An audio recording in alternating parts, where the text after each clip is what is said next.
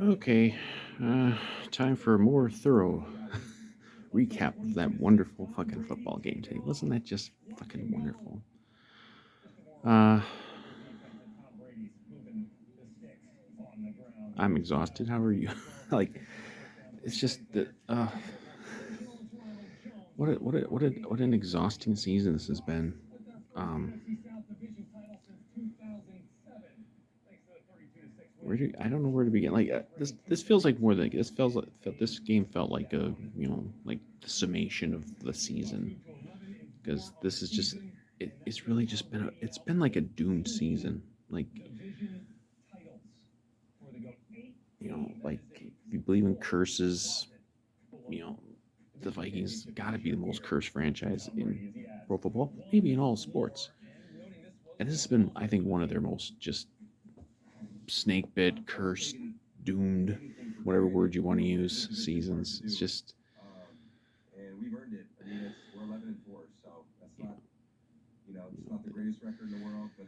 I mean, I guess this was one of their more normal losses because they never led. I think I believe believe this might have been the only game this season where they never led. Um,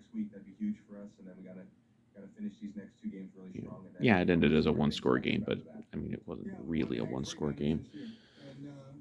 But I mean, like you have a season, you have another game here. They win the turnover battle. They have like a losing record this year when they win the turnover battle. It's like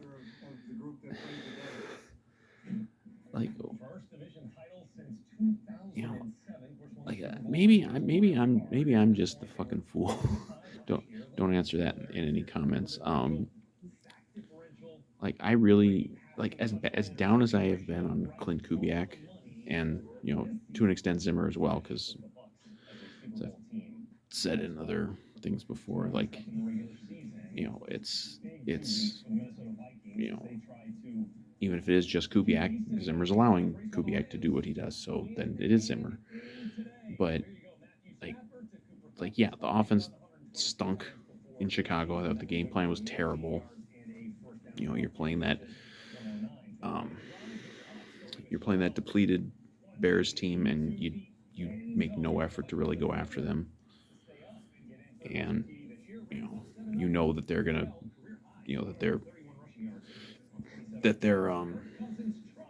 that their strength is the pass rush, and you do nothing to kind of minimize that. And we kind of saw the same fucking thing today. Like everyone was freaking out after Monday night game. Like, what are we gonna do against Aaron Donald?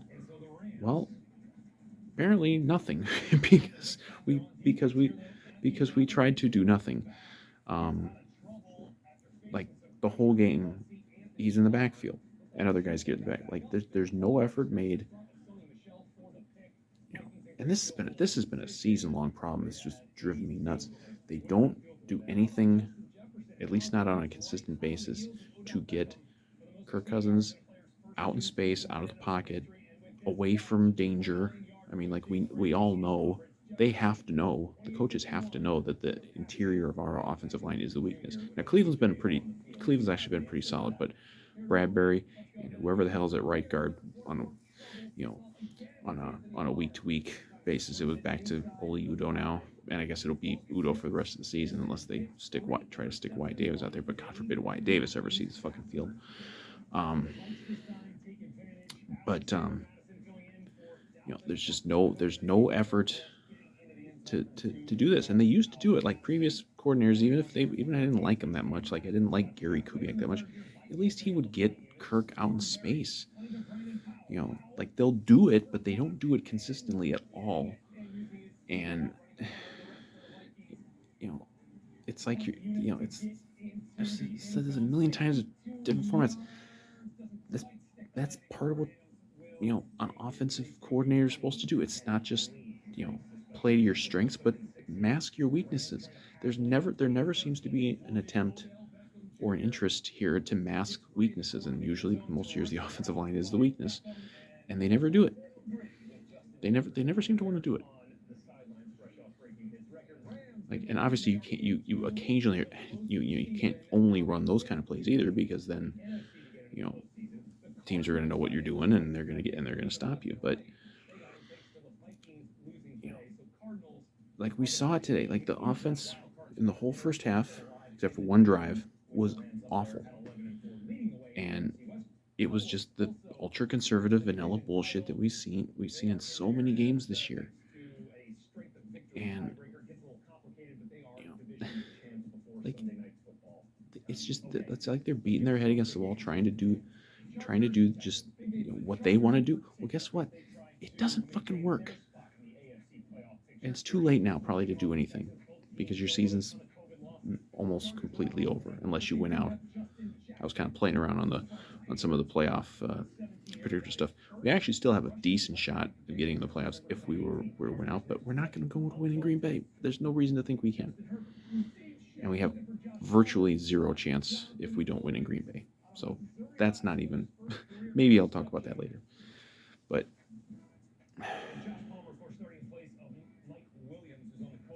it's like how like they we don't have Dalvin Cook, and that's a problem. And I don't think the fact that Dalvin Cook is out should be and for reasons that should not have have have have happened. I don't think that's a non-story, but like yeah, like that doesn't mean you have to then try to just force feed Madison. However many times. I don't know how many carries he ended up getting, but it's like just because he is your backup running back does not mean he is as good as Dalvin Cook. Which means you're not obligated to give him the same amount of touches, the same amount of carries, use him the same way. I don't know why they don't use Wongwu. Like I think he got a few more touches today. Nothing. He had nothing significant, but you know, I mean, like how many negative runs were there today? Like it seemed like we were second and 12, second and 13 the whole fucking game, at least in the first half. And then you're probably in third and long, and then you're punting. So and then even with like the passing game, like why, where was the mid range passing? I don't get it, and this has been an issue too. Like nothing was going on today was a first time problem, but like why is every pass either like a two yard dump off or and this maybe goes for more for like third down plays. Why is everything like short of the sticks or like 30 yards downfield? Like we chucked one or two of those today again, where it's third and 5, 6, whatever the down was, and like we're chucking a ball 30 yards downfield. Like okay, I mean that's nice if you hit it. Like I'm not opposed to I'm not opposed to a 40-yard pass completion, but the odds that that's going to be completed are a lot less than hey, let's throw like a nice 10-yarder like the Rams did it today, even with Stafford playing terrible. You know, how many times did they convert like a third down you know or get a good gain where it's just like a simple throw, like a simple mid-range throw, like throwing it 10 yards down the field. We don't do that. I don't get it. We have the guys to do it. Do you think Jefferson, Thielen, Osborne can't do it? Conklin. I mean, even Madison put him out there. Like we've got guys who can do this shit, and we don't want to do it. I like it just baffles me, and I know it baffles most Vikings fans, and it's been infuriating us all year because like I know the fucking Kirk haters are just they're married to their narrative that it's all Kirk's fault, but most people see this and they know that like even Kirk, even with the big games that Kirk has had this year, and I think he played for the most part pretty well today, but um, like they're not taking advantage. They're just not taking advantage. That's why I think you know maybe this is my shift into the next version of Vikings optimism as opposed to my 2021 optimism is just about out, but my 2022 optimism, because if presumably we are going to fire Zimmer, and then Kubiak will be gone with him, and I would assume they're going to hire an offensive coach, and Maybe it'll be the wrong hire, but you know, whoever they get, they're going to bring them in here, and they're going to be just just drooling at the idea of getting a hold of these guys. Like, you have a very good quarterback, elite running back when he's healthy, decent backups, one of the best receivers in football, good, second, third receivers. Irv Smith coming back next year healthy. Conklin's pretty good. Like, there's a lot to work with here. And we'll see it. We'll see it in bits. We saw it in bits in this game, but we don't see it consistently at all. Even in their best games this year, it has just not been consistent. And you know, I don't have an answer for this. Like, they can't not see it. Like, we saw it. Um, when it got to um, when they went up 27-13 in the fourth quarter, and like, okay, it's like absolute panic time. The season was already on the line the whole game, but really, really on the line. And then boom, here come the mid-range throws. Here comes wide open receivers all over the place. We zip down the field in like 7 plays, and I got a touchdown. And I know it's not as simple as, well, you can just do that every drive, but why the fuck don't we do it more? Why don't we do it more drives? Not saying not saying you have to score a touchdown every drive, every game, but it's just infuriating that it's almost like more infuriating to see it, because that's like, that you know the coaches get it, like they know what to do and even how to do it, but then they don't want to do it unless like their hand is completely forced. Like, it's 27-13. You're in the fourth quarter. You can't force feed Alexander Madison at that point. You got to do something different. And then, okay, well, we'll do something different. Okay, well, why aren't you doing something different the rest of the game? We see this every week. It's the number one. I think this is the number one read. Like, people are going to say Zimmer's going to get fired because his defense hasn't been good. I think it's going to be because of just the the squandering of this offense, because they should be better than this. They should be more consistent. They should be able to control games with their offense. You can control games with an offense just like you can control it with defense. I don't think we have the defense to do that anymore. But you do have the offense to do it, but we choose not to. And it is a choice. Like, they're choosing not to do it. And I don't get it. But these are like big picture things. More like for this game, you know, the whole first half could have been different if we could just hold on to the fucking ball. We get a first Rams drive. We get a fucking. I've realized I say the word "fucking" a lot on these videos. it's like if people say "like," it's like and I say "fucking" all the time. Well, I got a potty mouth, whatever. No kids should be watching this anyway.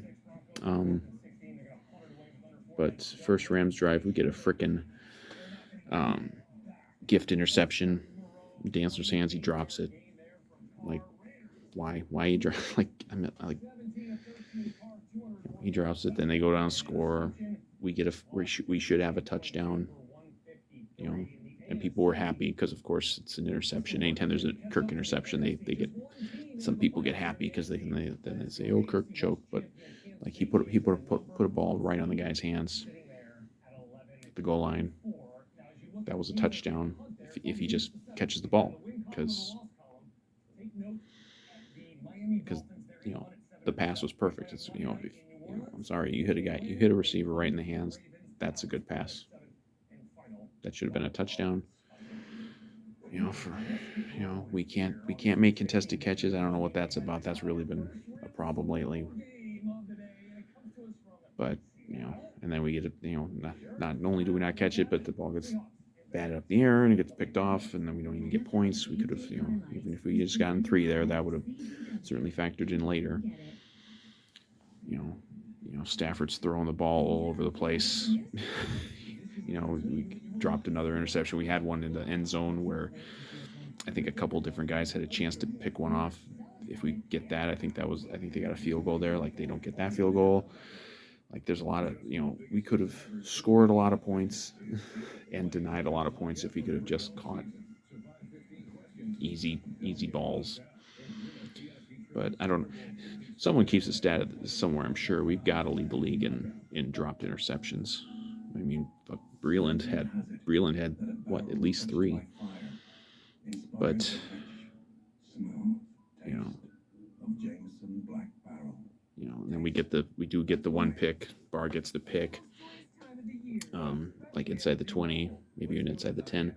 First play we get, they drop Kirk straight back and he gets sacked, like, and then they end up just getting the field goal. It's like, yeah, I will take the free 3 points, but if it's like you want more than that, like you weren't gonna beat the Rams kicking a bunch of field goals, and we kicked a couple field goals where we had the ball in the red zone. Then so what, we get to the half, 13-3. They get the ball first. You're like, oh God, is it gonna? Because you figure they're eventually gonna figure it out. Like I didn't understand at all why McVay wasn't just running the ball on us. I don't know what they got per run, but they were just running like a lot of teams do. They just run on us almost uncontested. They're getting 6, 7, 8 yards every run. And then he would stop that and just have Stafford throw a pass somewhere, and often not well. And so I don't know what he was thinking. That I mean, I wasn't mad about it because it was helping to keep us in the game at that point. But like, what was it? Second play of the second half, they have Stafford chuck a deep ball, and that was like, I mean, that was the easiest pick any Viking has had this year. Woods got the pick, but then we don't do anything with it. We immediately go through like they. Is there anything you want to talk about? I just want to know how you're feeling. We had some big chances with turnovers and stuff like that, and the offense just squandered these opportunities, which is just this super conservative bullshit. And then then Stafford throws us another one. That was a tip ball, but you get it first. What was it, first and goal to 2? Like even we couldn't screw that shit up. Like even we get the ball to 2. I'm like, okay, are we going to screw this one up too? No, we didn't screw this one up. Somehow we managed to get in the end zone, but so we're getting some momentum. We kind of get them on deep. I think we got them 3 and out again. And then we get the offense going, and they fuck it up. They got like a third and short, and then fucking, see, there I go again. Brian O'Neill false starts, like O'Neill, leave like our best guy. Like even our best guy is gonna screw us at a key moment like that, And Kirk got out for a nice scramble, but he came up 1 yard short. Well, guess what? He would if maybe it wouldn't have been the same play, but he doesn't come up 1 yard short if he's trying to gain 4 yards instead of 9. Like, it's just those little things, and we've just been doing them all year, and we've had so many offensive line penalties. I think I saw we only had like 2 penalties for the whole game, so that was nice. refs were still a factor. We may get to some of that, but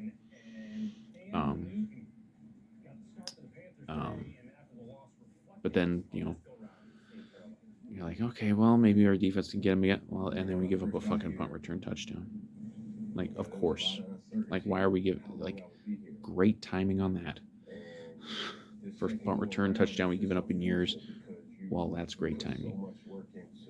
Because then you're boom. Then you're just like that. You're back. It's back to a 2-score game when you're not being consistent on offense. You're struggling to put together any sort of drives. I don't know how many 3 and outs we had at that point.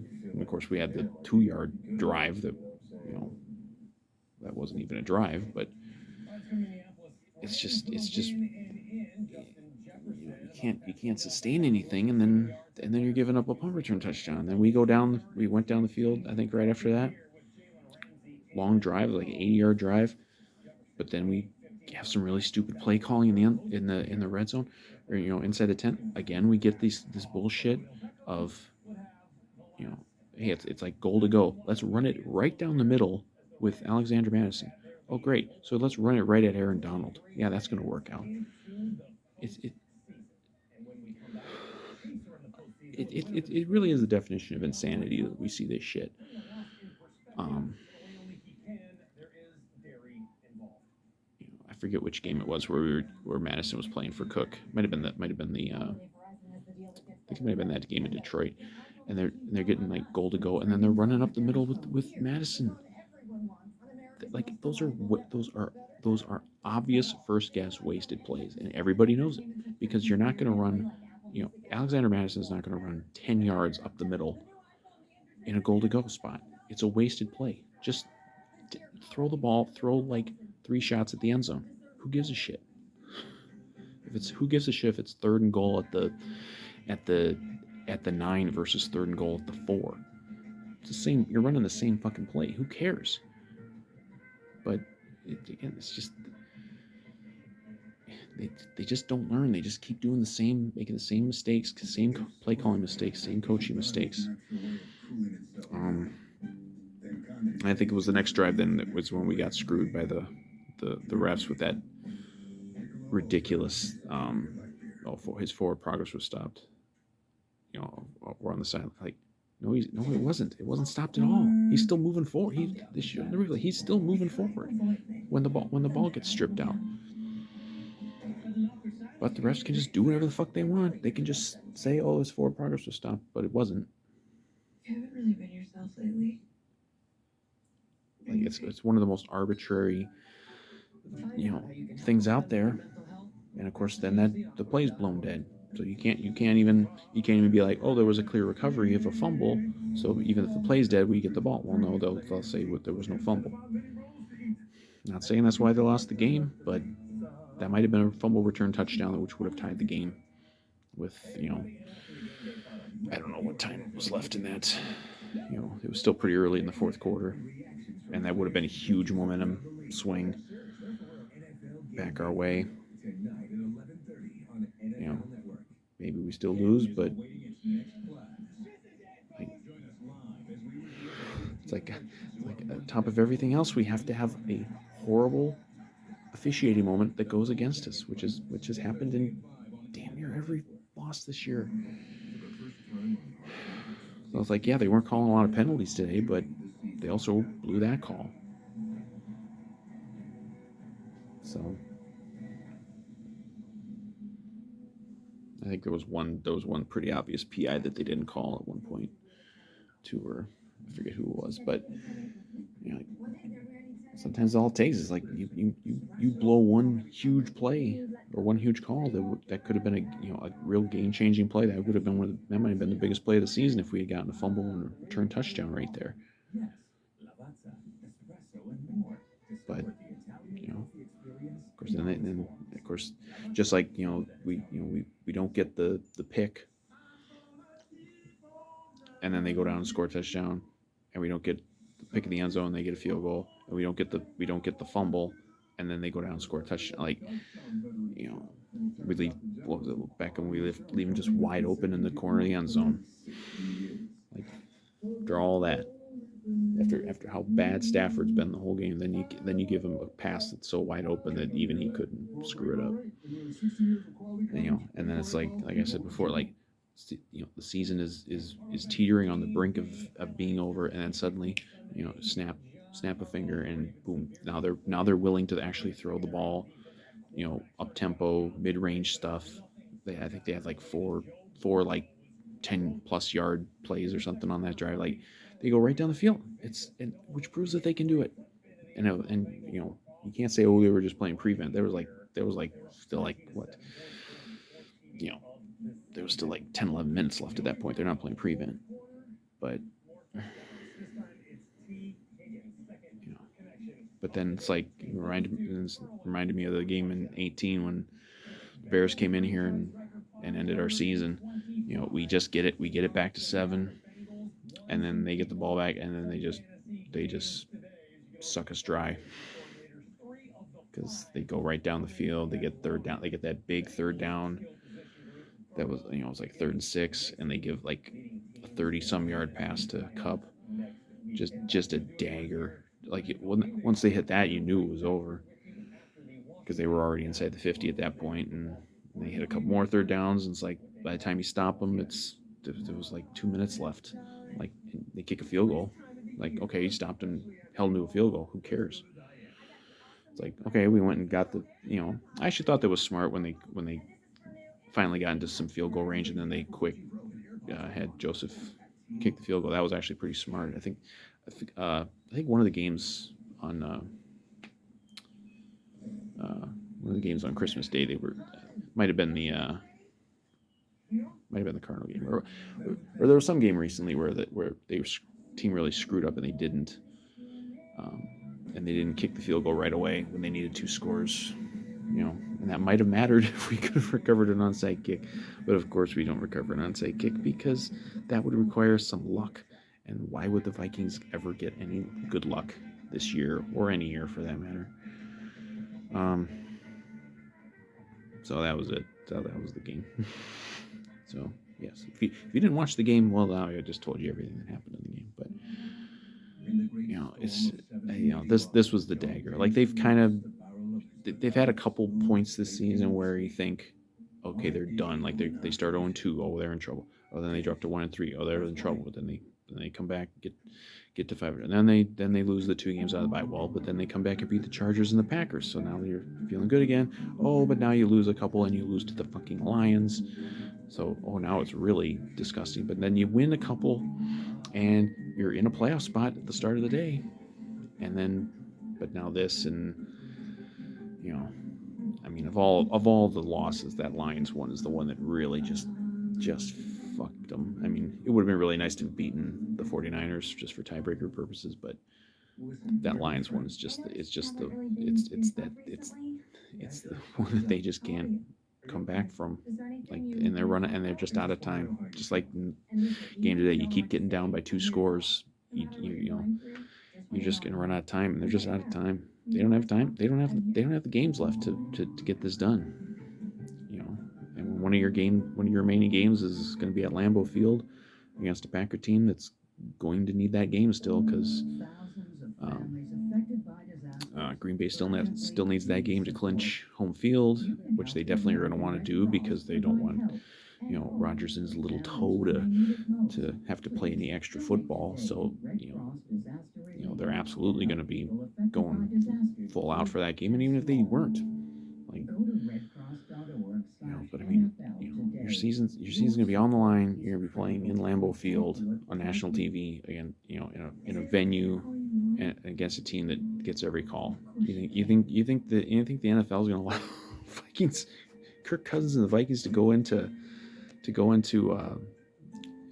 Green Bay on national TV on Sunday Night Football and beat the Packers? Are you kidding me? Like, they would have, and I know we beat the Packers, but we're gonna have to play 10 times better than we did in that game to win next week. And there really are no scenarios where you can get in now at 8-9. Like, and what's 8-9 anyway? Like, that's not impressive, but you go down the list. There's like 5 or 6 other games that have to go our way, along with winning out. And I'm like, one of them that's helpful is, like, as I'm doing this, Washington's getting the shit kicked out of them by Dallas, so that helps. But that doesn't help us nearly as much as winning this game today would have. If you go by percentages, and we would have been like over 50% probability to make the playoffs if we won today. Instead, we're down in like the teens. So, like, yeah, there's still a chance. I don't think winning at Lambeau would be the biggest upset in the history of the NFL. We've seen crazy upsets just about every week this year. The Texans beat the Chargers today, and so we've seen crazy stuff happen. But it's time to just accept. Like, you have to get to the point of just acceptance. Like I wanted them to get in the playoffs. I thought they would get in the playoffs. I picked them to, I picked them to get in the playoffs this year, but just barely. Like you know, I mean, you can make an argument that they've just had so much go against them that it's impressive almost that they've even been able to get to this point. But I don't know, like when you have stuff like going into biggest game of the year and you lose your running back for a reason that has nothing to do with football and something that was going to be preventable, and he might not play against Green Bay either, and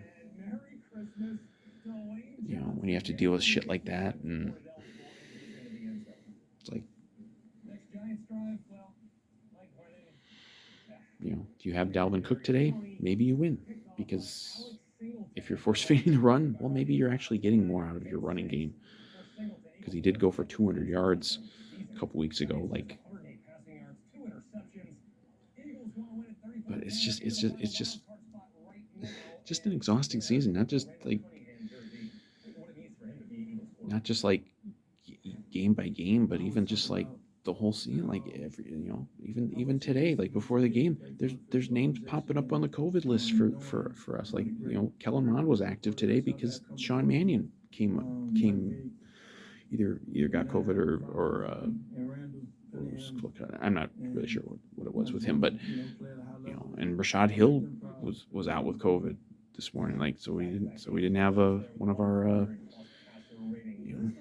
one of our backups. I don't even know who the hell we had who even had going for backups today. But I mean, um, it's just when you have a season like this, it's like, well, at least if we just make the playoffs, there's something to look at as an accomplishment there. Even if I don't think that was going to save Zimmer's job at this point, I think Zimmer, the people who want Zimmer gone, I wouldn't say I want Zimmer gone, but he will be gone. And I think the Detroit game sealed the fate really on that. Even if they got in the playoffs and went one and done, I really don't think, like, even if they were able to do what they did a couple years ago and get in the playoffs and then pull an upset and then bounce to the next round, I don't think that was going to get Zimmer back here. But at least they would have had that. Like this has just been such a frustrating thing because like in 18 you missed the playoffs by one game. Last year you missed the playoffs by one game. If you'd won any of those those couple games in December that you lost, like you get the playoffs. And watch, it'll work out that we missed the playoffs by one game here too. When all is said and done, it'll probably be if we just won this one extra game, we would have been in the playoffs. It's just some of it is luck. I mean, it's like the other teams don't have to deal with the shit we deal with, and then we deal with everything that other teams are dealing with because other teams are dealing with losing players to COVID and injuries and everything. Like we deal with all that, and then we also have all these other weird things that happen on top of it. But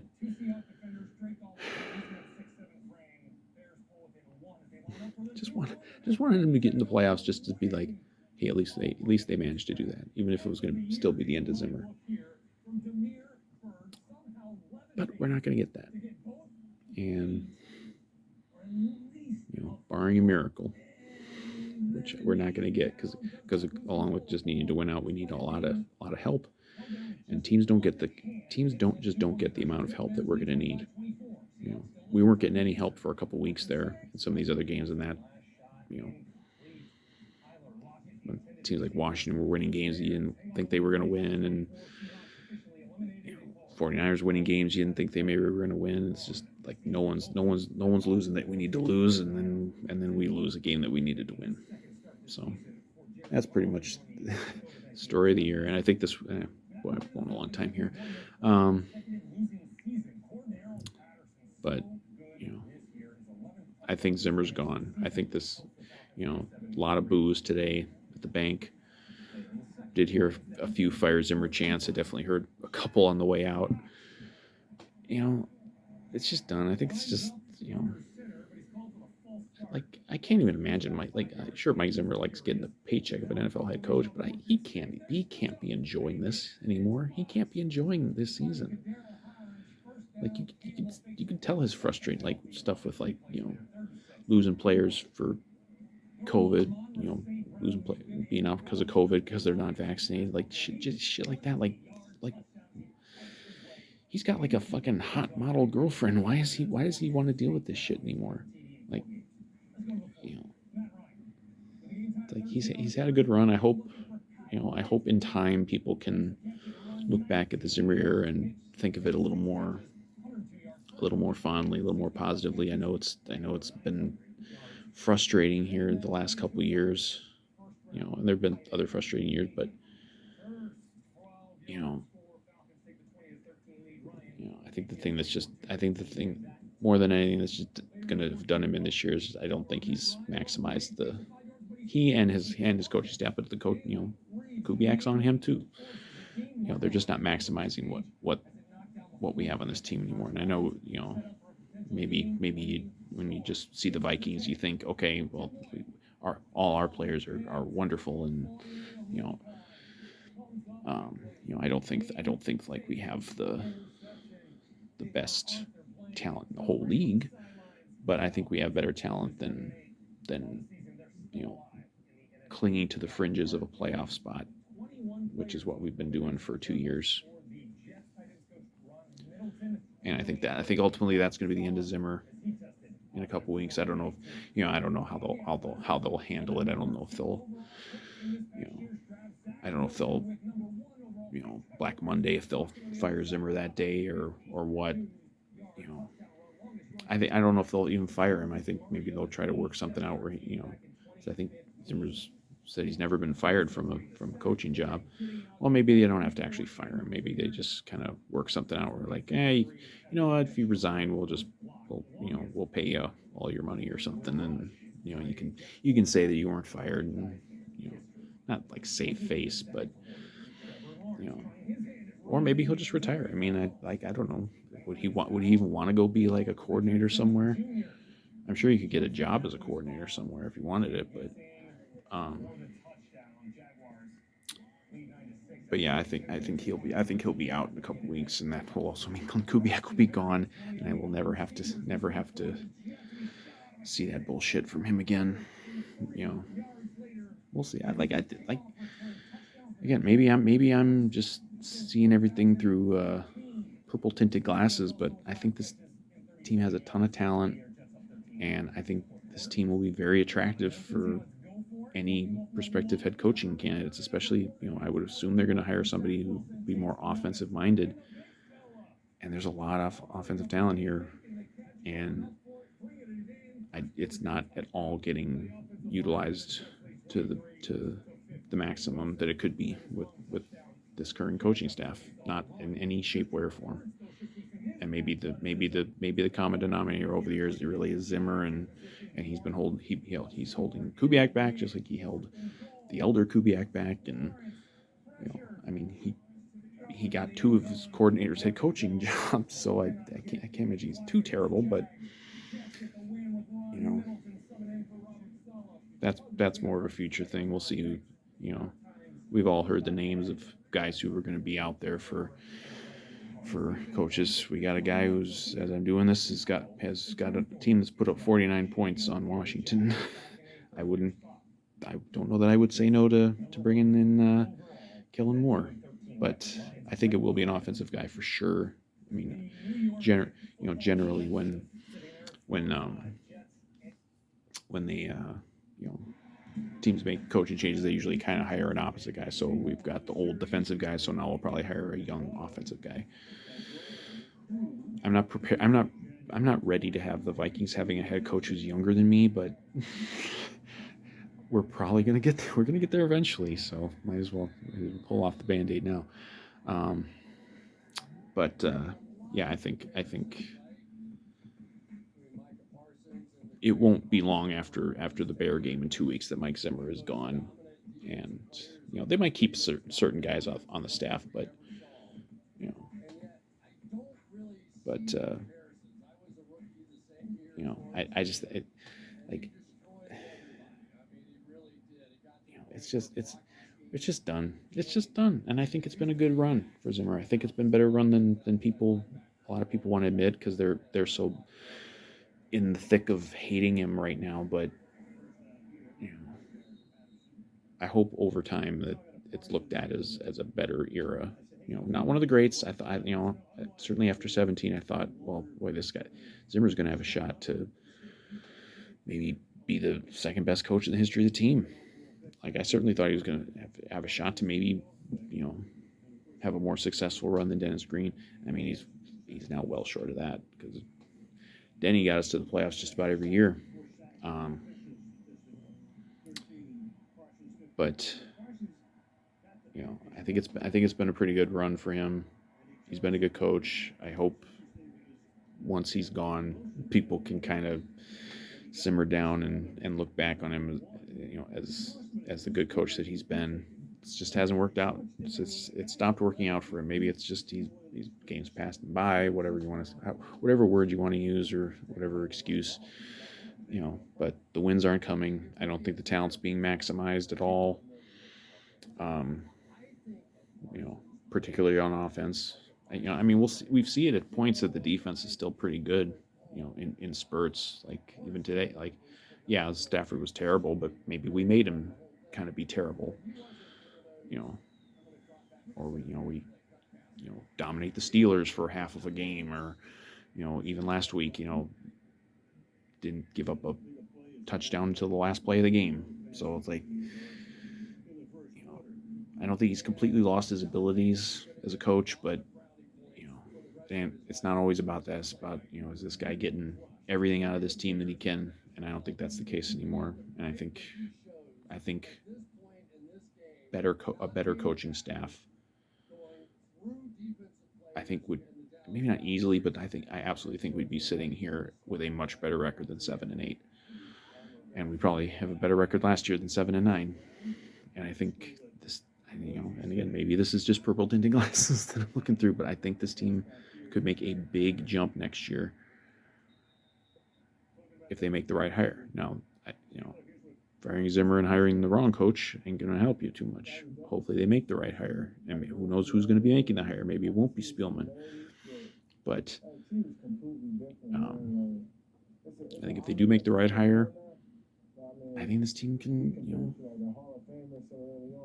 really make a jump next year, because we've seen it. Like, they can play with just about anybody, and they can also lose to just about anybody. But I think that's more on coaching.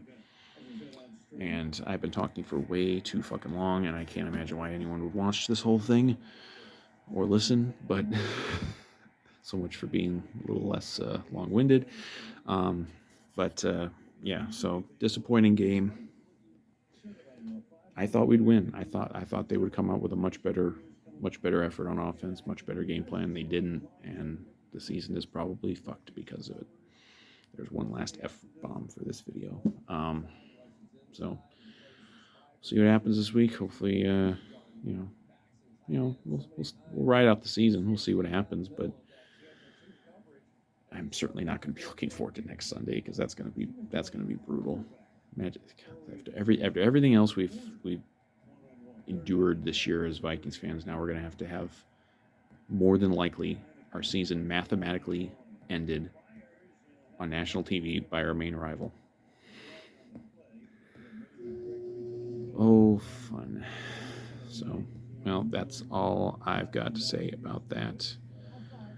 Better times ahead. This was the last game of the calendar year 2021. Hopefully in 2022, it is a glorious comeback for the Purple.